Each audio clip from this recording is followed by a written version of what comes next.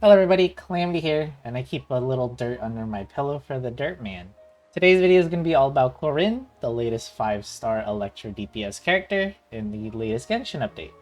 I'm going to talk about everything you need to know about this character, from her talents, weapon options, artifact options, constellations, team setups, and of course we're going to show her in the Spiral Abyss, just so you can see what she looks like in the endgame versus some really strong enemies. That's a lot to go over, so let's get started. As previously mentioned, Clorinde is a 5-star Electro DPS, just like Keqing or Raiden Shogun. In fact, she pretty much fits in exactly those same teams. Like, all the teams that use any Electro DPS in, Clorinde will also work pretty much in the same way.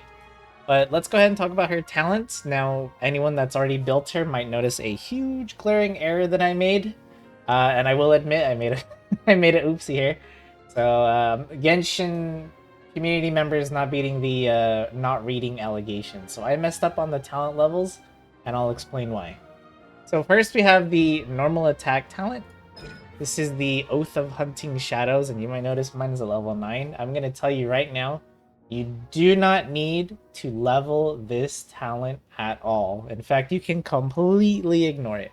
I mean, the normal attack talent looks cool because she has like a fencer type style with the sword, and that was really cool and stuff, but that is not where her damage comes from. I initially thought that's gonna help when you use her elemental skill, but no, the elemental skill has its own damage multipliers, so this is completely, again, just ignore this talent when you're first building Clorinde. You can come back and invest into it later if you want, but you don't need it for Clorinde's core gameplay.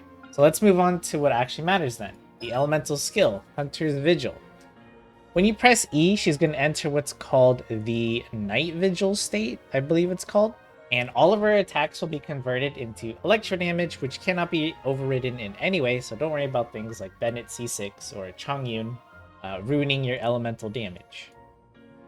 Second, she won't be able to use she won't be able to use charge attacks, but her elemental skill will turn your normal attacks into her fast pistol shooting attacks, and it also changes her elemental skill into something called Impale the Knight. This is a lunge attack that also deals electro damage. So all of her kit and stuff is basically when you press the elemental skill button. That's when it comes out. And if I would have just taken a quick look at the skill attributes, I would have seen that, there you go, all of the damage multipliers are here for her main source of damage. They're right here. This is why upgrading her elemental skill is the most important talent, and you definitely want to get this as high as you can. Crown it if you want. Don't have to, but at least get it to level 8 or 9. And then we can see that the Night Vigil has a duration of 7.5 seconds, so you have a really small window. I mean, 7.5 seconds might sound like a nice window at first, but it's really, really short. When you actually start using Clorinde, you'll realize you don't have as much time as you think. And then the cooldown is 16 seconds, which is kind of oof. She does have some downtime in between her rotation, but this does give you time for your sub DPSs, your supports to do their thing, and then hopefully by the time you swap back to Clorinde, her elemental skill will be off cooldown. But we're not done talking about the elemental skill. There's actually quite a lot going on for it. So when you enter Night Vigil state and you're doing your pistol attacks, you'll actually gain Bond of Life. Now, you might be familiar with this mechanic if you fought the operatives. They apply a Bond of Life, which is usually a debuff. But with the characters that have been coming out recently, like Clorinde, Arlecchino, and the soon to be coming out character in the second half, they're turning Bond of Life from a debuff to an actual good thing. So in Clorinde's case, she's going to gain Bond of Life while she's firing her pistols. And what that does is that it's going to empower your new elemental skill, which is called Impale the Knight. This is the lunging attack where it looks like she's like zipping around. It does damage. It does electro damage.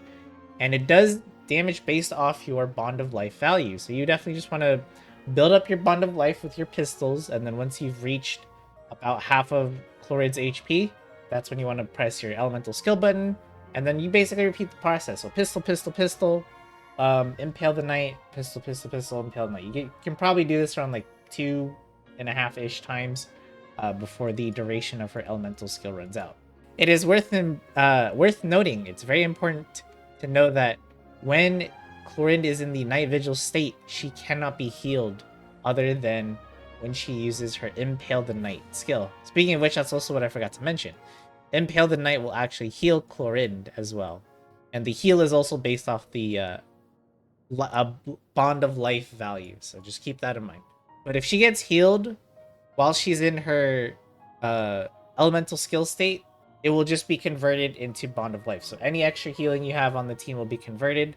Honestly, it's better just to trade in a healer for a shielder in this case, because it's annoying to get knocked around when you're trying to do your pistol attacks and you're lunging around just to get knocked out of it, losing precious, valuable DPS time. So that's just my 2 cents on that.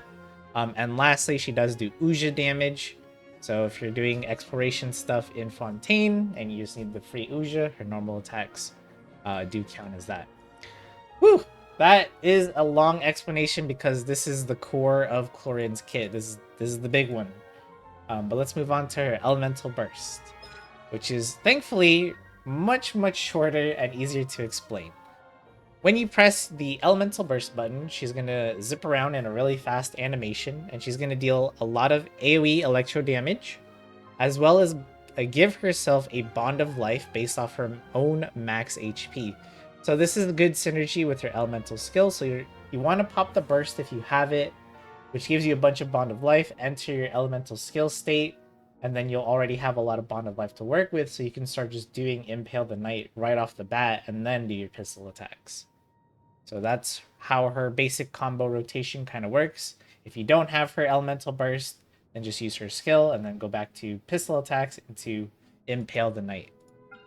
Now you can see the ×5 is because it does 5 rapid hits, and you gain 108% max HP. This is basically a whole bar of Bond of Life. It does have a cooldown of 15 seconds and an energy cost of 60, so she doesn't need that much energy recharge because her elemental burst isn't as important compared to other characters like, let's say, Raiden Shogun, who needs their burst up all the time. Something else you might have noticed while looking at these skill attributes for Clorinde is that her damage multipliers are kind of low. And I agree with you, they are definitely on the lower side, and this is at level 9. But do keep in mind, Clorinde is a really fast attacker, and you can amplify her damage, using other characters like Bennett, or if you're doing Aggravate, they can also amplify Clorinde's low damage multipliers here. But again, she is hitting really fast, so keep that in mind, and that's why they look so low. Moving on to her passive talents, these ones are pretty easy to explain. Anytime you do an Electro-related reaction, Clorinde will gain normal attack damage. I don't know if I mentioned this, but when you do pop her elemental skill, those pistol attacks, even though they're from your elemental skill, those do count as normal attacks. So sorry if I didn't mention that earlier. So any normal attack buffs, like for example, Yunjin, will count for buffing Clorinde's pistol attack. So just keep that in mind as well. But anywho, when you do an Electro-related reaction, you'll gain a 20% attack boost for 15 seconds with a maximum of 3 seconds. So yeah, you can get a lot of attack this way just from doing Electro-related reactions, which is what you should be doing, right? Regardless of what team you put her on. So Aggravate, Hyper Bloom, Quick Bloom, Overcharged, Electro Charged, whatever. It should all be proccing some sort of Electro reaction, and this is going to give you a bunch of free attack. And then the maximum damage increase achievable from this way for the above attacks is 1800. Next up is Lawful Remuneration. I don't know if I said that right, but anywho, when Clorinde has a Bond of Life equal to or greater than 100% of her max HP, she will gain a free crit rate boost of 10% for 15 seconds whenever her Bond of Life value increases or decreases for a maximum of 2 stacks. So you can get a free 20% crit rate buff just for doing her attacks. So we already know that when you're doing her pistol attacks into Impale the Knight, her Bond of Life is constantly going up and down, so that's easy 20% crit rate. Additionally, Your Hunter's Vigil's Night Vigil state is buffed while it's active. The percent of healing converted to Bond of Life increases to 100%. So yeah, if you have any healers on the team, any passive healers, they will give you just more Bond of Life, so you can use Impale the Knight more frequently. Ooh, that was a lot. And then last but not least, she does have a similar talent to Linny, our favorite magician, where she will just show you the unique resources on the map while you're exploring Fontaine. That was a lot, but let's go ahead and move on to her weapons. Now, I pulled for her signature weapon. You don't have to. I just really like pulling for character signature weapons, but if you're like, hey, I'm a free-to-play player, I don't have a lot of options, what can I do? Before we move on to 4-star options, I'm just going to go ahead and quickly point out excuse me, that any of the 5-star DPS swords that exist in the world, like let's say you lost the 50-50 in the weapon banner, you got a light of infoliar incision, this is still good. If you randomly got a primordial jade cutter, still good. Splitter report, like any 5-star DPS, good for Clorinde. But moving on to the more free-to-play friendly options. I had to run on over to the quickest blacksmith to showcase this because I don't actually have one. However, one of the best free-to-play options that you can give Clorinde is a Finale of the Deep. While this doesn't have any crit rate or crit damage substats compared to the 5-star weapons, it does give you just straight up a lot of attack based off your Bond of Life. So because you're always having Bond of Life when you use your elemental skill, you're going to get this weapon's effect, and this is only at Refinement 1, so a lot of these blue numbers you're seeing on the screen are going to be much higher. Basically, it just gives you a bunch of attack based off your Bond of Life, and you're always going to be increasing it, decreasing it, clearing it off of you, so this buff is basically going to be active for most of Clorinde's field time. So very easy weapon to obtain, and it's honestly it's the best free-to-play option, right? Like that's all I should really recommend for new players, because it's a craftable weapon. That's about it. Last but not least, this isn't really a good choice either, but it does have a nice crit damage substat here.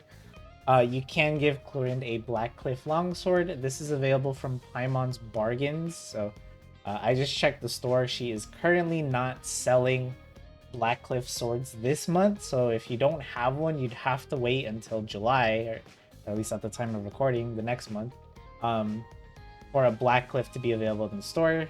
Again, the weapon's effect is only really good if you're fighting groups of enemies, not so much for bosses. It's not going to do much there. And then another 4-star option that I can recommend, but this isn't really free-to-play friendly anymore, is the Black Sword, and this is because it is a Battle Pass weapon. You have to buy the Battle Pass and obtain it that way. If you do have this, even better with some refinements, and this is also a good option for her as well. Let's move on to artifacts, and Clorinde has honestly a ton of options.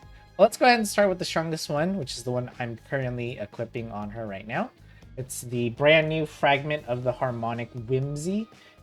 Basically, this set just gives you more damage when your Bond of Life increases or decreases. So yeah, you guessed it, Clorinde takes huge advantage of this artifact set, and it is easily her best in slot set. But I understand this, this artifact set is new. Not a lot of y'all have access to some good substat pieces, and it's going to take you a while depending on your RNG. I get it. So what are some other options out there? Let's take a look at all the sets here, and I'll just highlight the ones that are good. So we have the Fragment of Harmonic Whimsy being the best one. However, you can give her a Mary Chelsea Hunter set. This is only good if you want to use Clorinde with Farina, since she'll be able to increase and decrease your HP consistently for even more crit rate. But keep in mind that Clorinde, based off the weapon you gave her and the passive talent, she gets a lot of crit rate for free. So this might be a little bit overkill, but then it also means you can just focus heavily on crit damage. So up to you if you want to use that or not. This is like the best set to go to if you're new and you don't want to farm artifacts. So like if you just want to slap on an artifact set on Clorinde and you're like, I don't want to farm any of the domains, Gladiator's Finale. It's the easiest set to farm for, obviously, since you get it passively from bosses. It might not be the best set, but it's definitely the easiest one to obtain. Another set that's worth mentioning is the Thundering Fury set. This is actually another good option for Clorinde, and because it's available earlier, a lot of newer players might want to get this set instead. It gives you electro damage bonus. However, on the 4P set, it increases the damage of all of the electro related reactions and increases the bonus from aggravate.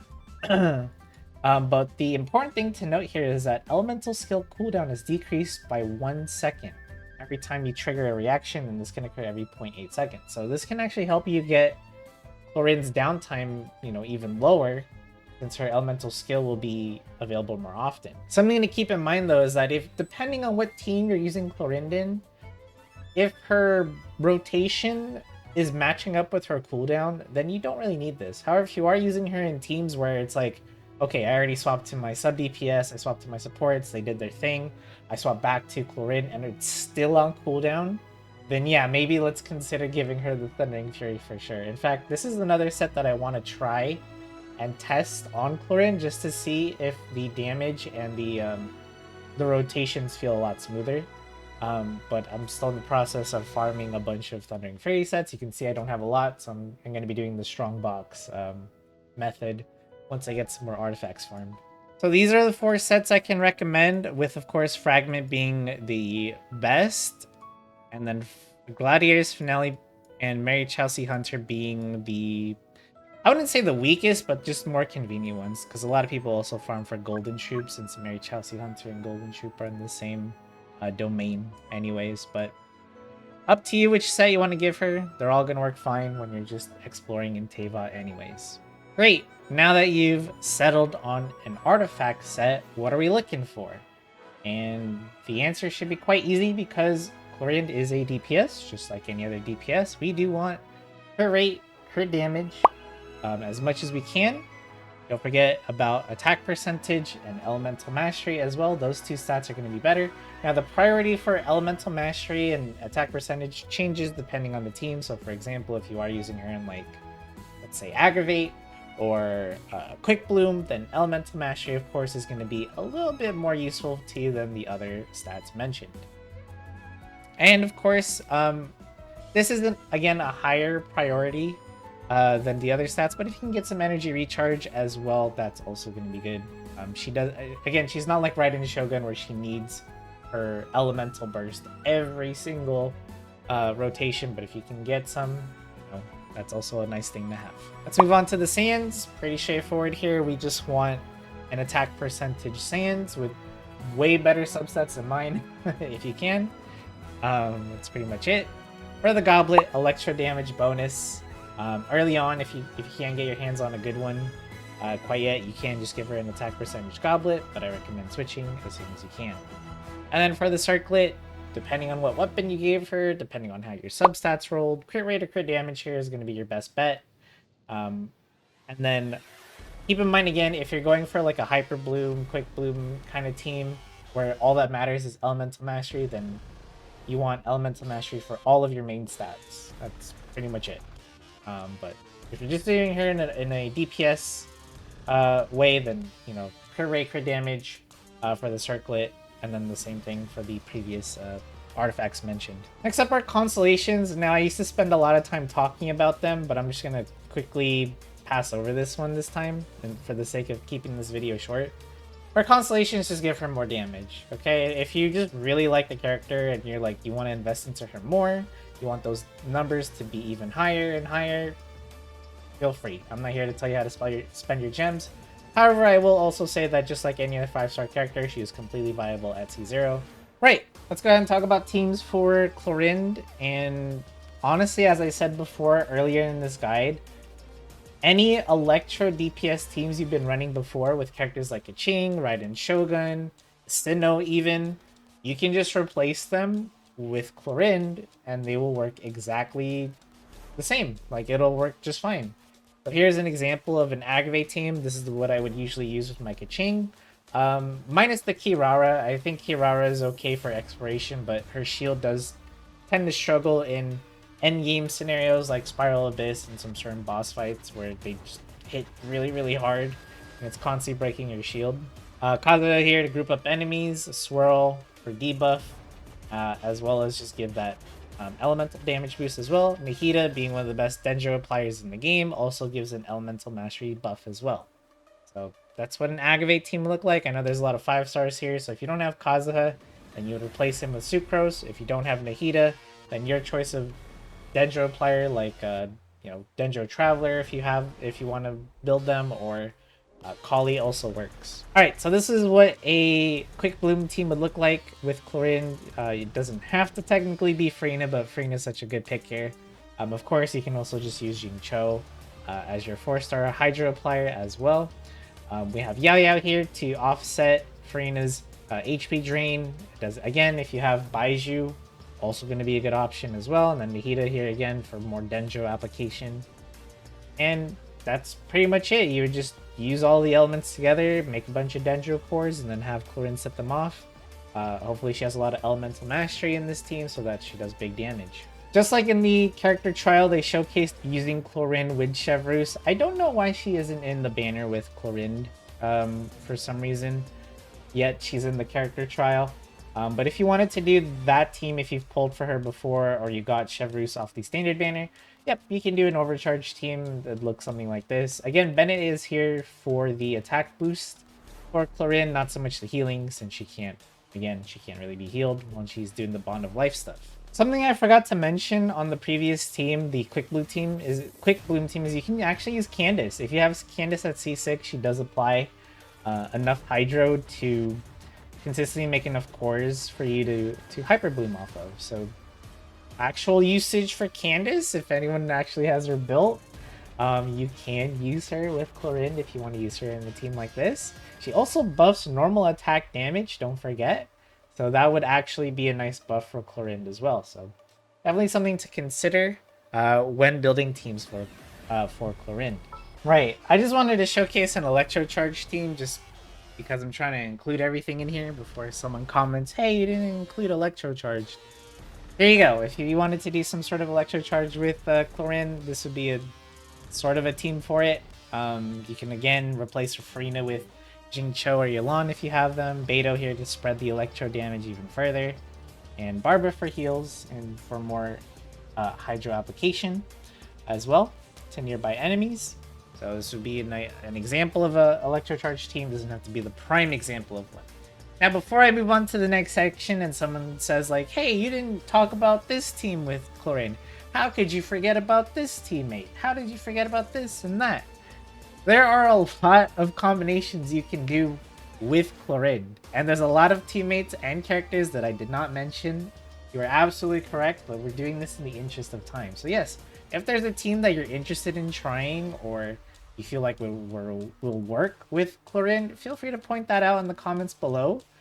But I just simply do not have time to list every single teammate that you could use with Clorinde. Keep the video short at least. There's tons of teams out there. Feel free to experiment, see what works for you and your account, see what doesn't work. I'm still trying to figure out a solid team for Clorinde myself that I'm comfortable using and gonna be my go-to. Wow, we've made it to the end of the guide. And I should be having some Spiral Abyss background footage for you to check out what she looks like in the end game if you're curious.